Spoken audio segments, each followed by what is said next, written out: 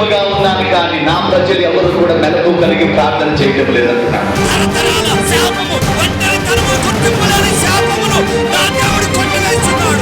మన దేవుడు ఆశీర్వాదమిచ్చే దేవుడు, స్వస్థపరిచే దేవుడు, జ్ఞానమిచ్చే దేవుడు, బలమునిచ్చే దేవుడు, ఏ మేలు చేయక మానని దేవుడు. ఆయన ఎట్టివాడై ఉన్నారో మనము కూడా అట్టివారమే.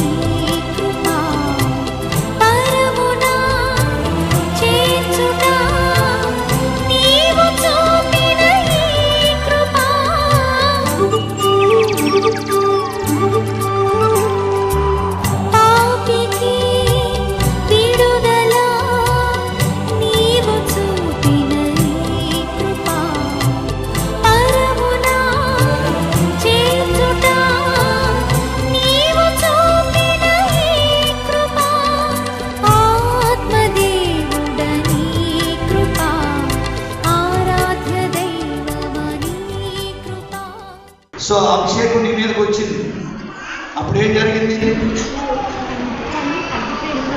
ఓకే, ఇక్కడ నొప్పి ఉండేది, తగ్గిపోయింది. ఏమైంది అప్పుడు తగ్గిపోయేటప్పుడు? కరెంట్ శాఖలోకి వచ్చింది.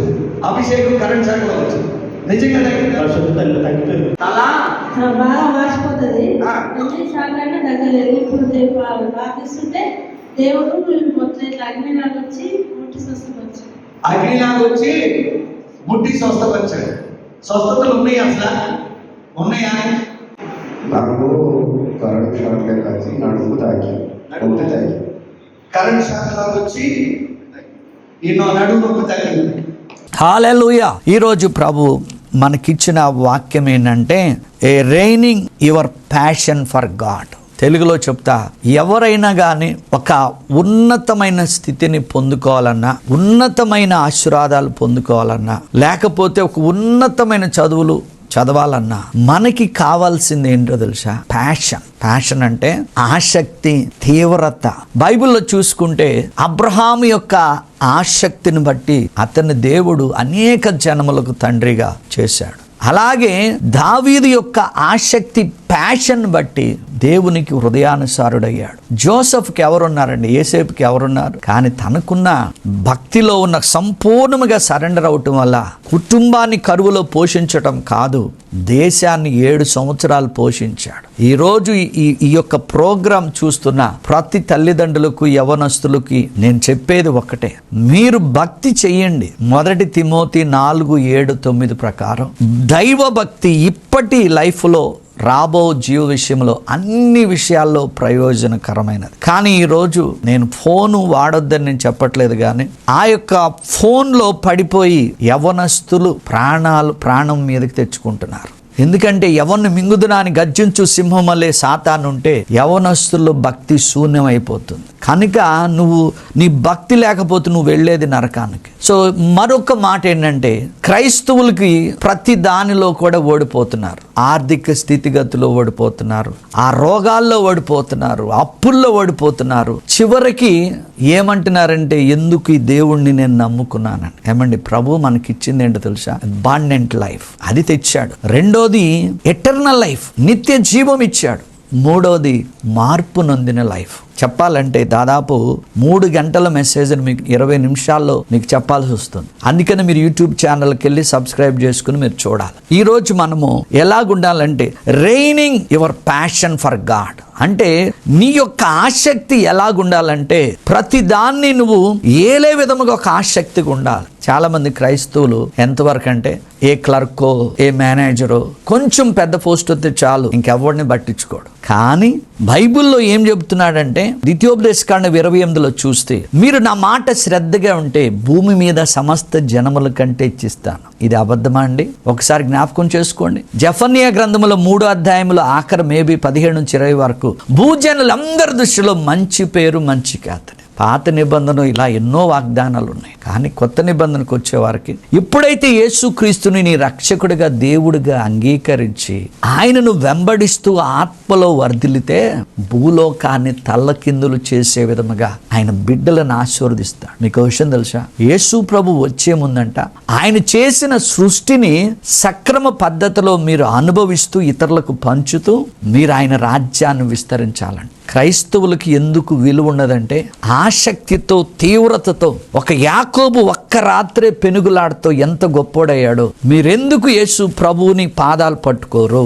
ఉద్యోగం కోసమని నువ్వు వచ్చింది, పెళ్లికా నీకు వచ్చింది, లేకపోతే పిల్లల కోసమని నువ్వు వచ్చింది, లేకపోతే ఇల్లు లేదని వచ్చావా? ఇవన్నీ ప్రభు అంటున్నాడు. మీరు అడగక మునిపే ఇవన్నీ కూడా దాన్ని ఏం చెప్పాడంటే మొదట నా నీతిని నా రాజ్యమును వెతకమంటున్నాడు. ఏమండి, బైబిల్లో ఉన్న ప్రతి ఒక్క వాగ్దానం మీ కొరకే, మీ కొరకే.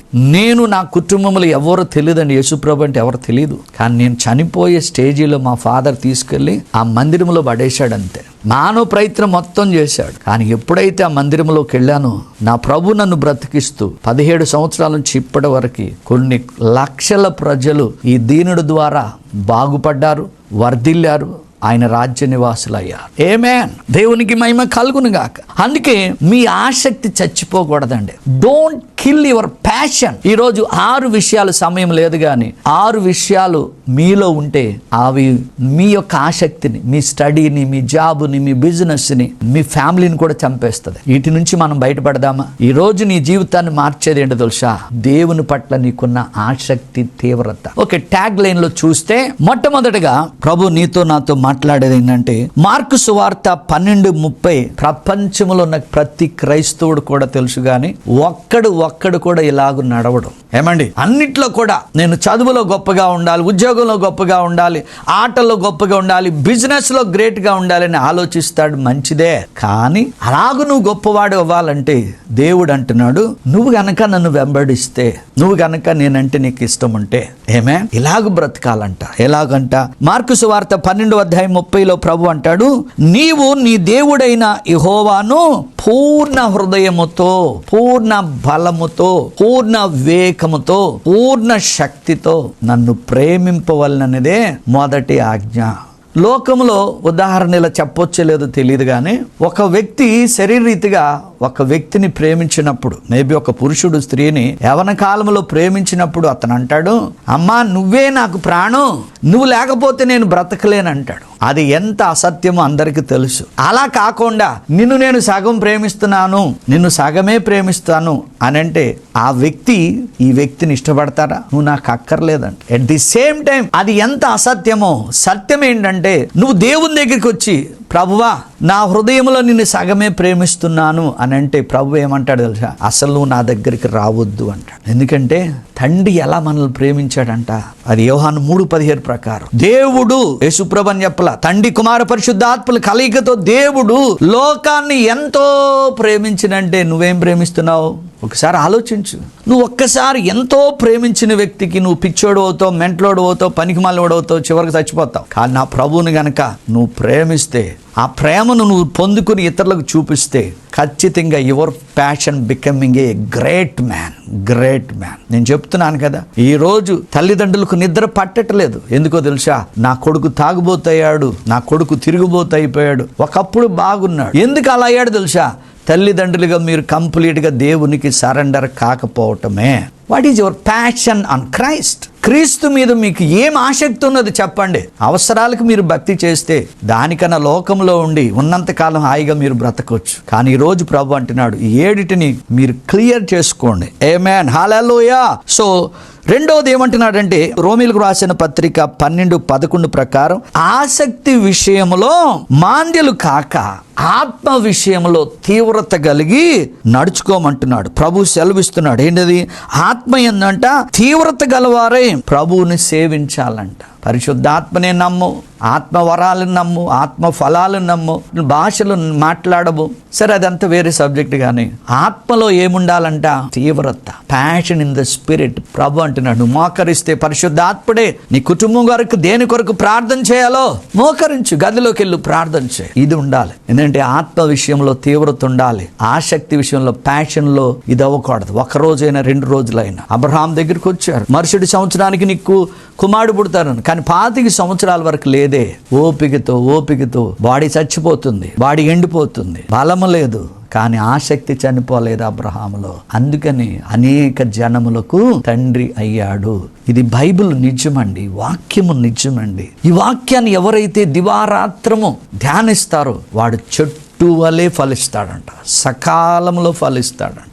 ఎస్, నాకు ఇది తప్ప వేరే బ్రతుకు లేదండి, ఇదే జీవం. అందుకే బైబిల్ చెబుతుంది, సామెతల గ్రంథం 8వ అధ్యాయంలో, నన్ను కనుగొను వాడు జీవమును కనుగొను, యెహోవా వలన వానికి కటాక్షము కలుగునాడు. If you find Jesus as a saviour, so ఆయన కటాక్షం అంటే మన మీద ఉంటుందంట. ప్రపంచాలు నిర్మించినోడు ఆయన నీ హృదయంలో చేర్చుకొని, ఆయన హృదయంలోకి రమ్మని అడుగు. ఈయన ఎవరిని మార్చడండి, కానీ మనిషినే మార్చేస్తాడు. ప్రేమతో నింపుతాడు, కనికరముతో నింపుతాడు, సమాధానముతో నింపుతాడు, సంతోషముతో నింపుతాడు. అసలు నువ్వు లైఫ్లో రోగం చూడకుండా అట్టి స్థితిలో కూడా దేవుడు నిన్ను తీసుకెళ్తాడు. ఎందుకంటే మోషే కంట 120 సంవత్సరాల వరకే కంటి చూపు తగ్గలేదు.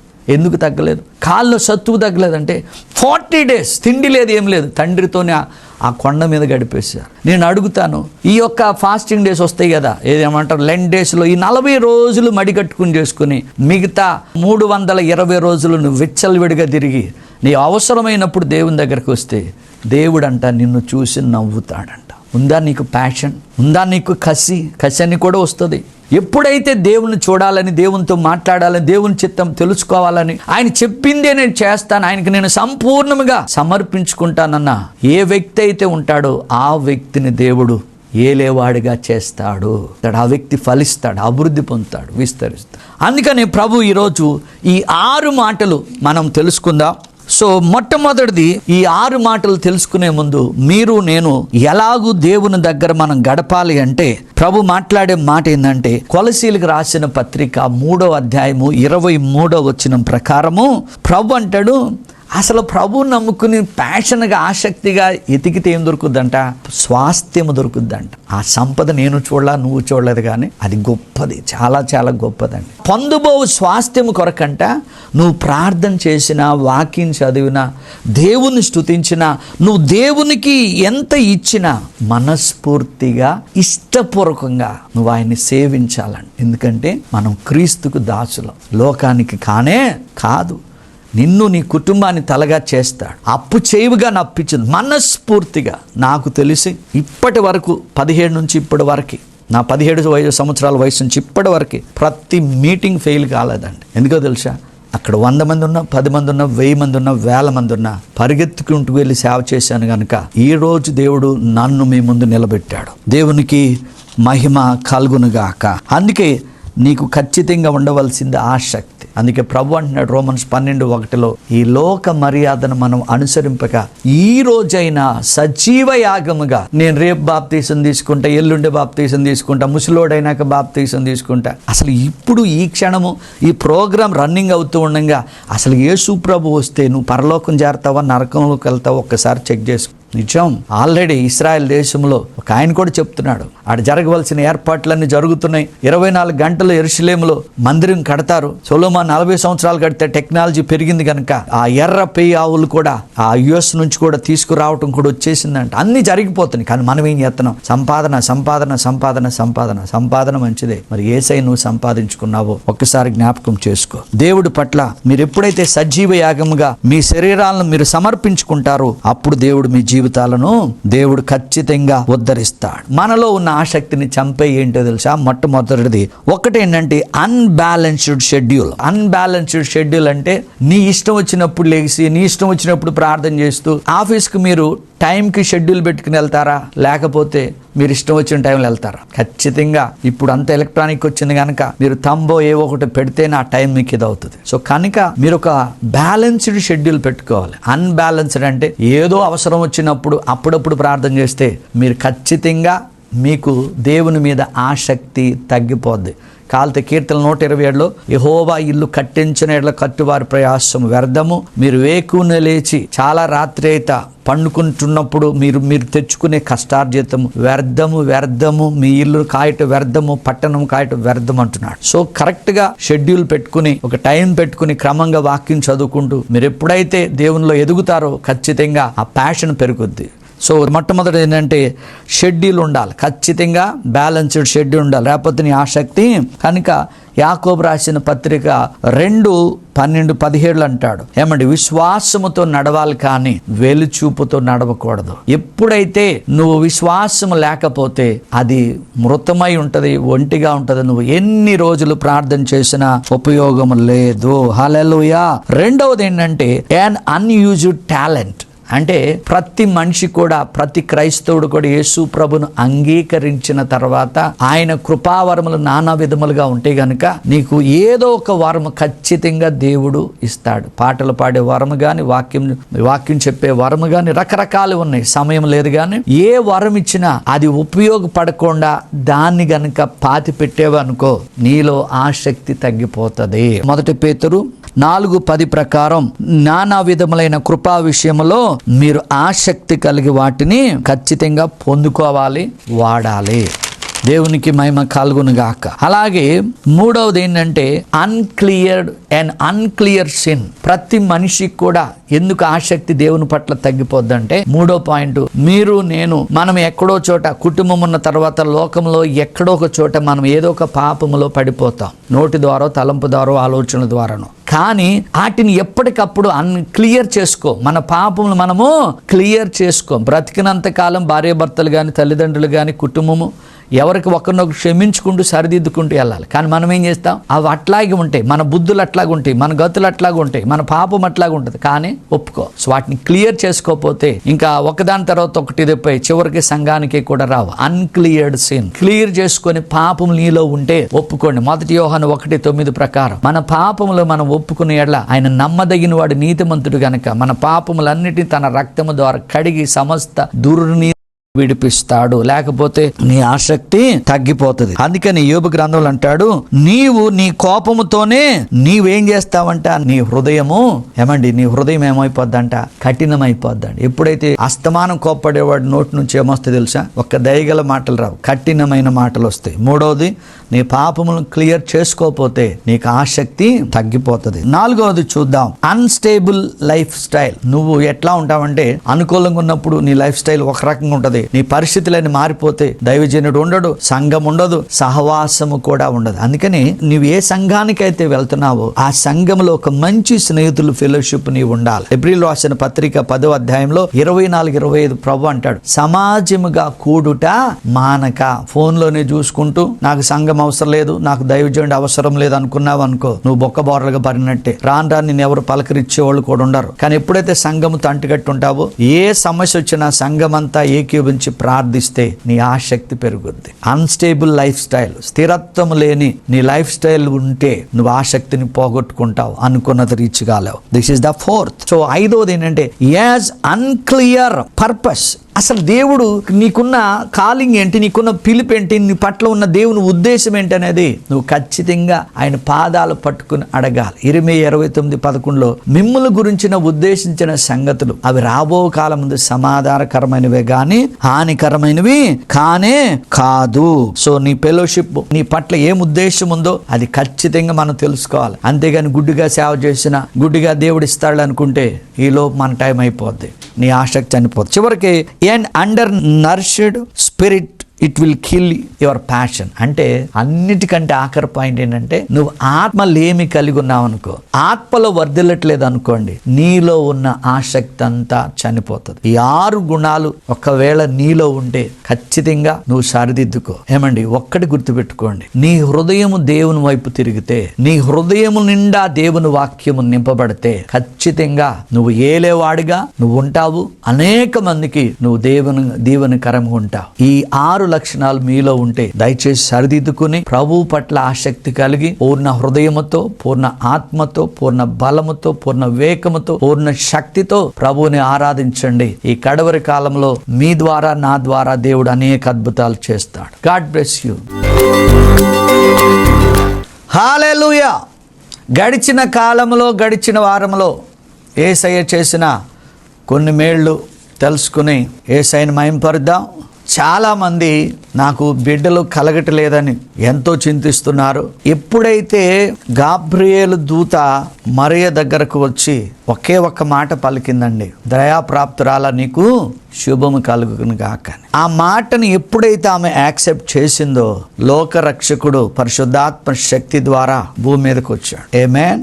నేను ఎందుకు చెప్తున్నానంటే, గడిచిన కాలంలో కొన్ని సాక్ష్యాలు మీతో పంచుకుంటాను, కేవలం మిమ్మల్ని బలపరచడానికి. ఈ వారములు అయితే మరి 2 సాక్ష్యాలు వాళ్ళు ఫోన్ చేసి చెప్పినవి ఏంటంటే, ఒకటి ఈస్ట్ గోదావరి దగ్గర చోడవరం, ఆ సిస్టర్ ఆస్ట్రేలియాలో ఉంటది. వాళ్ళ మదరు ఒక 2 నెలలు కంటిన్యూగా ఫోన్ చేసి ప్రార్థన చేపించింది. ఆ పాప పేరు ప్రశాంతి. మేబీ 4-5 ఇయర్స్ అనుకుంటా ఆమెకి బిడ్డ లేకపోవటం. అద్భుతం ఏంటంటే, ఇప్పుడు 5th మంత్. ఇట్టి మహిమ గల కార్యముకే మన దేవునికే మహిమ కలుగును గాక. ఒక 2 months బ్యాక్ కర్నూలు మరి ఒక గృహ ప్రవేశానికి వెళ్ళాము. అక్కడికి ఒక సిస్టర్ వచ్చింది. ఆమె పేరు అనిత అండి. ప్రవచించి చెప్పాను, దేవుని మహిమ కొరకు చెప్తున్నా, ఈ మాసంలోనే మీరు కన్సీవ్ అవుతారన్నప్పుడు మరి ఆమె ఒక 1 week బ్యాక్ వారి బంధువులైన విజయ్ ఫ్యామిలీకి ఫోన్ చేసి, అన్నా పాస్టర్ గారికి చెప్పండి, ఇప్పుడు నాకు 3rd month అని. ఆమేన్. దేవునికి మహిమ కలుగును గాక.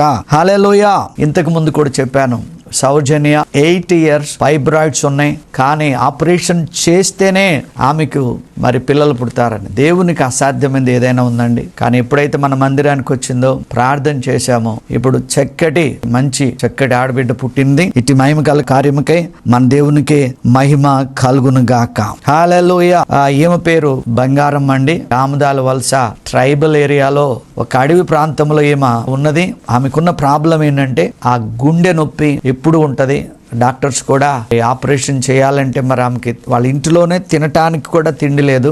మరి నేను చెప్పాను, అమ్మా మరి ఈ అద్భుతం ఒక వీడియో ద్వారా పంపించమన్న. అద్భుతం ఏంటంటే, ఆ తగ్గిపోయిన తర్వాత కొద్ది రోజులకి నైట్లో భయంకరమైన జ్వరము, body pains, chest pain start అయింది.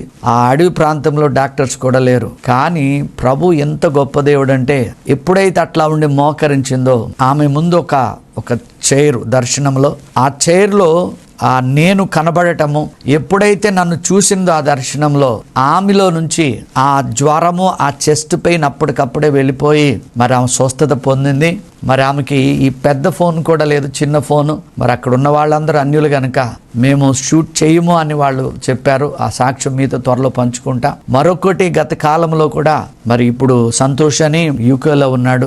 ఎంత గొప్పగా ఆ బిడ్డ దీవించబడ్డాడంటే, అన్ని విషయాల్లో దీవించబడ్డాడు. ఒకసారి సీరియస్ గా అతను సిక్ అయినప్పుడు మరి దర్శన రూపంలో ఆయన దగ్గరికి వెళ్ళటం, అంటే దర్శన రూపం కూడా కాదు, మనిషిలాగానే వెళ్ళి ప్రార్థన చేయటం. తెల్లారి ఆయన ఫోన్ చేసి, అన్నా నువ్వు రాత్రి వచ్చావు నా దగ్గరికి, ప్రార్థన చేసావు కదా, నాకు ఆ సివియర్ ప్రాబ్లం ఏం చెప్పలేదు, కానీ ఆ సివియర్ ప్రాబ్లం నుంచి నేను స్వస్థత పొందానని. దేవునికి మహిమ కలుగును గాక. మన దేవుడు అద్భుతాలు చేసే దేవుడు. మరి రీసెంట్ గా వైజాగ్ లో సిస్టర్ కృపావతి ఉన్నది.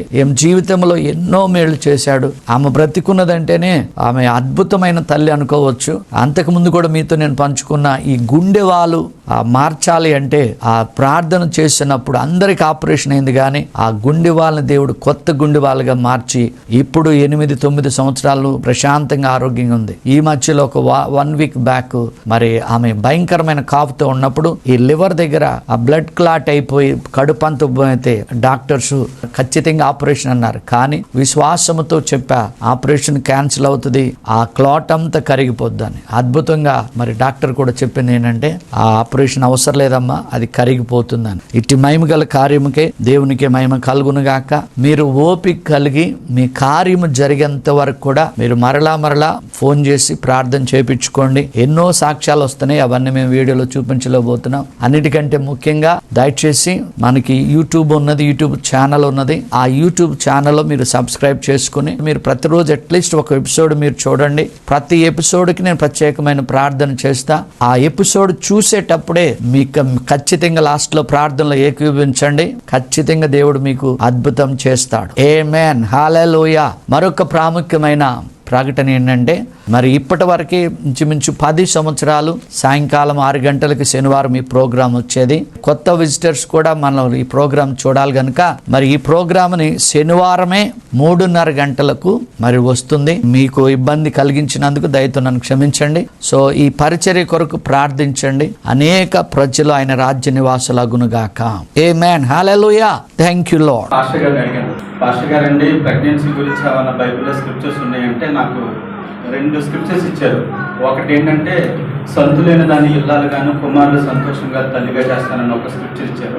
రెండోది వచ్చేప్పటికి సామ్స్ 127లో గర్భఫలం యెహోవా ఇచ్చు బహుమానము, కుమారులు యెహోవా ఇచ్చు స్వాస్థ్యం అనే 2 స్క్రిప్చర్స్ ఇచ్చారు. ఆ 2 నేను మెడిటేట్ చేసిన తర్వాత మిరాకిల్స్గా మా వైఫ్ కన్సీవ్ అయింది. కన్సీవ్ అయిన తర్వాత మేము బాబు కావాలనుకున్నాము.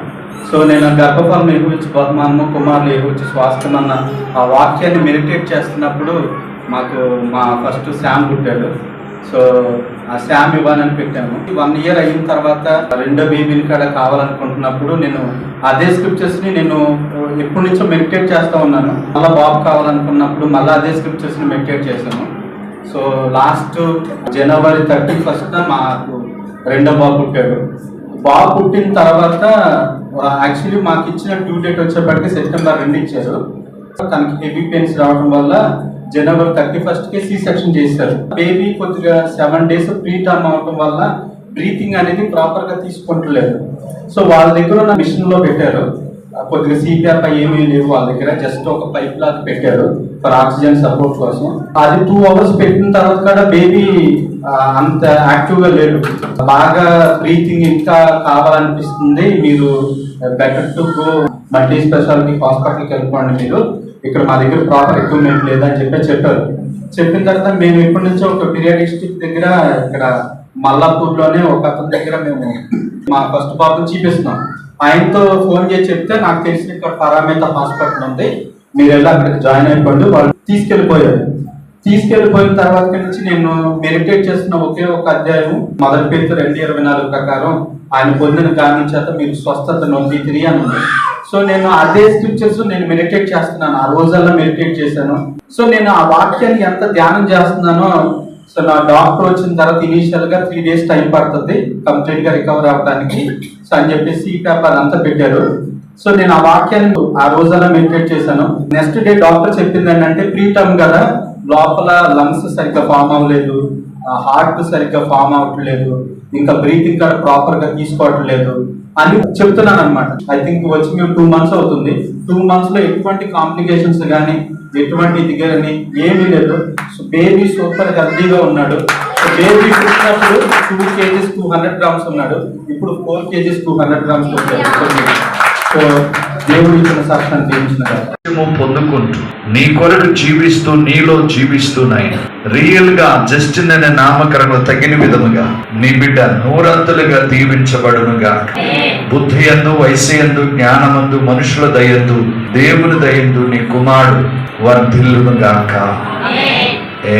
ప్రార్థన చేసుకుందాం. మహాపరిశుద్ధుడా, జీవం కలిగిన తండ్రి, అయా మా ప్యాషన్ ఎలాగుండాలంటే సంపూర్ణముగా మా హృదయం నీకు సమర్పించుకుని నీకు సరెండర్ అయి ప్రభువా నిన్ను ఆరాధిస్తూ నీ ఆత్మలో వర్ధిల్లితే ఖచ్చితంగా అట్టి స్థితి నీకు ఇష్టమైంది కనుక ఒక అబ్రహాము వలె ఒక ఇసాకు వలె, అయా నీకు స్తోత్రం, ఒక దావీదు వలె, ఒక దానియేలు వలె, ఒక యేసేబు వలె, అపోస్తుల వలె ప్రభువా మీరు ఆశీర్వదిస్తారని నాయన వారు ఎంతో ఆసక్తి తీవ్రత కలిగి నిన్ను వెంబడించారు. ఈనాడు ఈ మాటలు విన్న ప్రతి బిడ్డ అట్టి ప్యాషన్ కలిగి సంపూర్ణముగా నీ బిడ్డలు సమర్పించుకుని ఈ భూమి మీద వారి కుటుంబాన్ని పరలోకముగా చేసుకుని నీవు ఇచ్చి ఉన్న పరలోకాన్ని అయా స్వతంత్రులుగా చేసుకునే విధంగా వారికి ఒక గ్రేట్ ప్యాషన్ దయచేయమని దేవా ఇట్టి మాటలు చెప్పుటకు నాకు ఇచ్చిన ధన్యతకే వందనాలు. ఎవరైతే అనారోగ్యంగా ఉన్నారో వారందరినీ మీరు తాకండి నాయన, రోగులను స్వస్థపరచమన్నా తల నుండి అరికాలు వరకు అయా నీవు పొందిన గాయముల చేత అయా ప్రతి అవయవానికి సంపూర్ణమైన స్వస్థత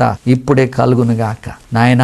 ఈ రోజే నా ప్రభు అయిన యేసు రక్షకుడని దేవుడని ఒప్పుకుని నీ కృపలో వారు వర్ధిల్లునుగాక. ఈ ప్రోగ్రాం కొనసాగుటకు అనేక మంది దీవెనకరంగా ఉండుటకు నాయన సహకరిస్తున్న ప్రతి కుటుంబాన్ని నూరంతులుగా దీవించమని యేసు నామములో ప్రార్థిస్తున్నాను తండ్రి, ఆమేన్. God bless you.